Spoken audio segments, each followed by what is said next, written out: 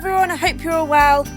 So last week we had a look about how India farmed. So here was the preview that we watched last week. We learned all about harvesting peas, beans, barley, the vegetable market, the grain market, and all their little horsepower tractors.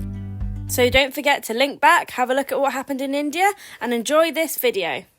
And this week we're going to go out to Kenya. So let's have a little look now. So we've made it to Kenya and this is in the middle of nowhere. The giraffe just wandering around your garden. How crazy is that? They also have a little bird that lives in their house. And this is the compost they make. We now head into the village and look, there's just cows roaming on the street randomly. There they are, on the road. And see, there's another one just chilling. And here is all the lovely fresh fruit and veg. You cannot get any better than this. Oh, they are so lovely. Such different colours than we get in the UK. So fresh and picked. So, in Kenya, they have really little bales. But why do they have little bales? First of all, they don't have a lot of cattle or a lot of livestock that they need to feed. Second of all, everything is manual labour out there. So don't forget, even this shed that's coming up, which is shown here, they have stacked that whole shed by hand. Labour, all stacked. They've picked it up, they've baled it with a baler and picked it up and taken it out by hand. So they've all got to be little and they all put them on the back of their tuk-tuks. Have any bigger, remember everything out there is done manually. There's not much equipment or machines, so they have to be manageable. And all these will be baled in the field and then picked up by labour and put on trailers and moved and stacked. They're stacked in that barn by hand, so that's why they have to be small. So here's the baler in action, 568 New Holland and their little John Deere. Look at it go. This is how they bale all their hay out in Kenya. So this is food for the animals for the year.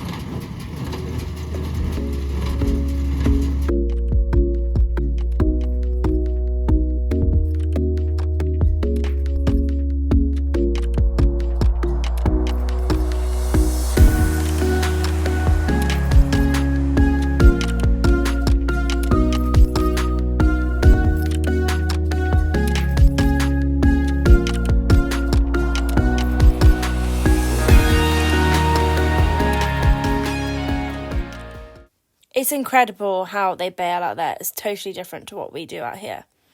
But, okay, does anyone know what these are?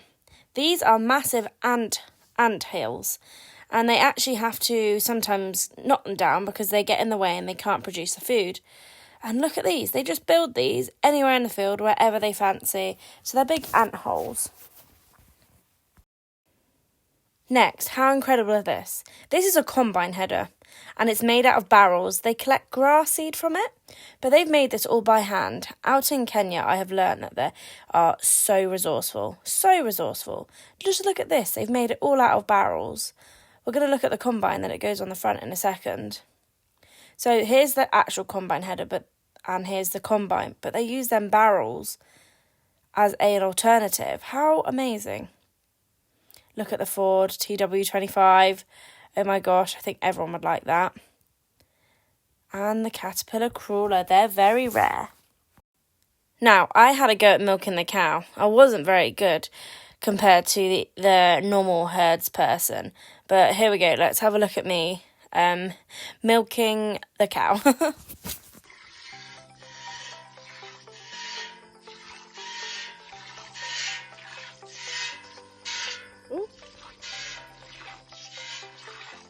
What's it like, Eleanor?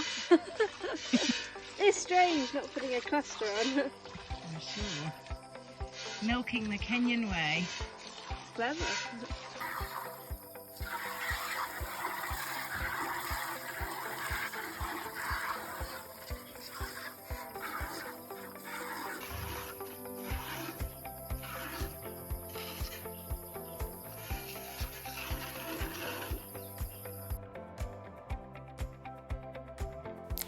Now, I was talking about how resourceful they are. This is a mini digester. So they use the cow poo from the cows and they put it in there and it's like a mini digester and it creates electricity for 6 hours for them. Just 6 hours. So this little machine uses the cow poo, which is they collect in a bucket. They go and pick it up and collect it and put it in here, and it creates electricity. How resourceful is that? I thought I'd just have to show you some of the amazing wildlife we saw. Just look at that giraffe. Look how beautiful it is, just in their back garden. Oh, and also, they also spray crops with an aeroplane. So this is their plane, and you can see at the bottom there's the boom. There's a bit of a clearer picture. Here's the aeroplane taking off. So they spray all sorts of crops on the Tanzania border with this aeroplane, and that is one of their big businesses. So how cool is this? We use a tractor, they use an aeroplane. Oh, and just a few shots we got of the lions and the tigers. Not the tigers, the lions, whilst we're out, and the hyenas.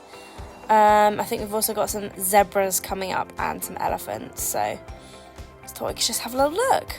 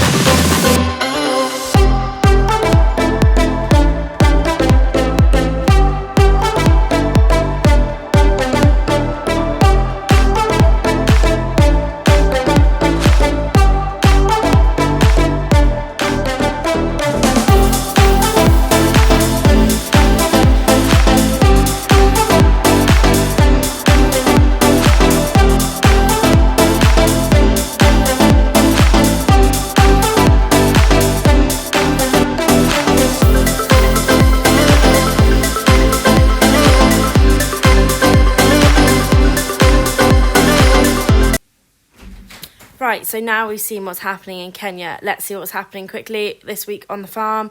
Whilst I haven't been there, but I also have been on the weekend. So this is what's happened. We've taken some straw out, some packs. We've just been faffing in the yard. We've been moving, well, Dan's been moving the fertiliser around. But thank you for watching about Kenya. It was a bit long, I'm sorry. But if you enjoyed it, let me know. And sometimes they come flying down from the top. Do more. And if you are in a different country and want to send things over, feel free, and we'll see what we can do with it. There's going to be loads. We have another Ellies Wedding. So we're doing really well with our Ellies Wedding. So thank you everyone for all your donations.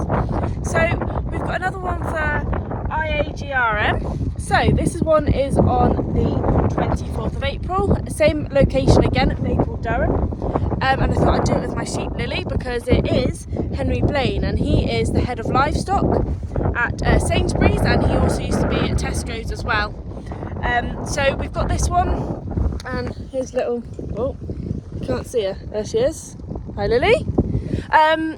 So this one's really important. Our last ones with Andrew and Meredith booked up really fast, so I don't stress enough how people are disappointed that they didn't get a ticket. So you need to book up really fast.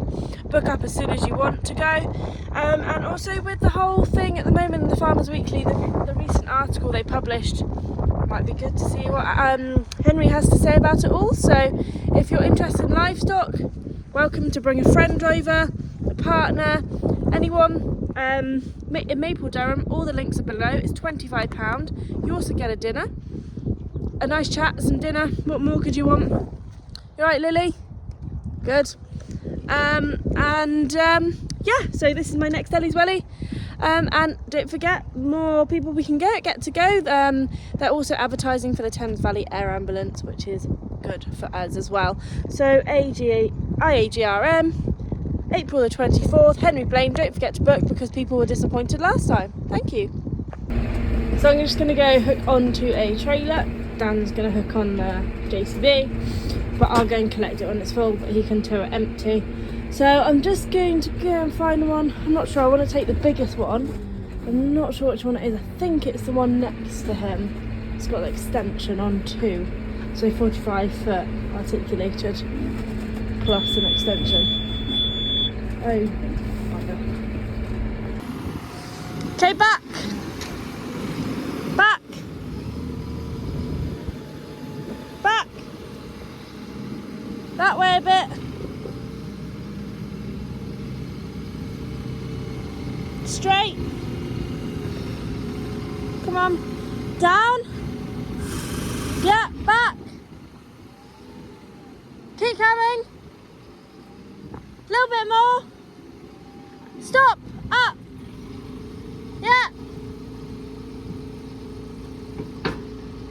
Wait.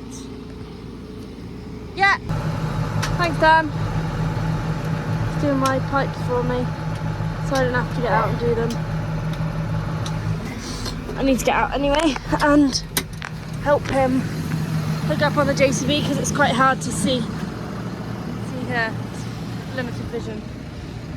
So we have an emergency airline and an airline attached to a tractor for the brakes to stop the tractor. So we got air brakes because you're carrying a really big load, you want air brakes.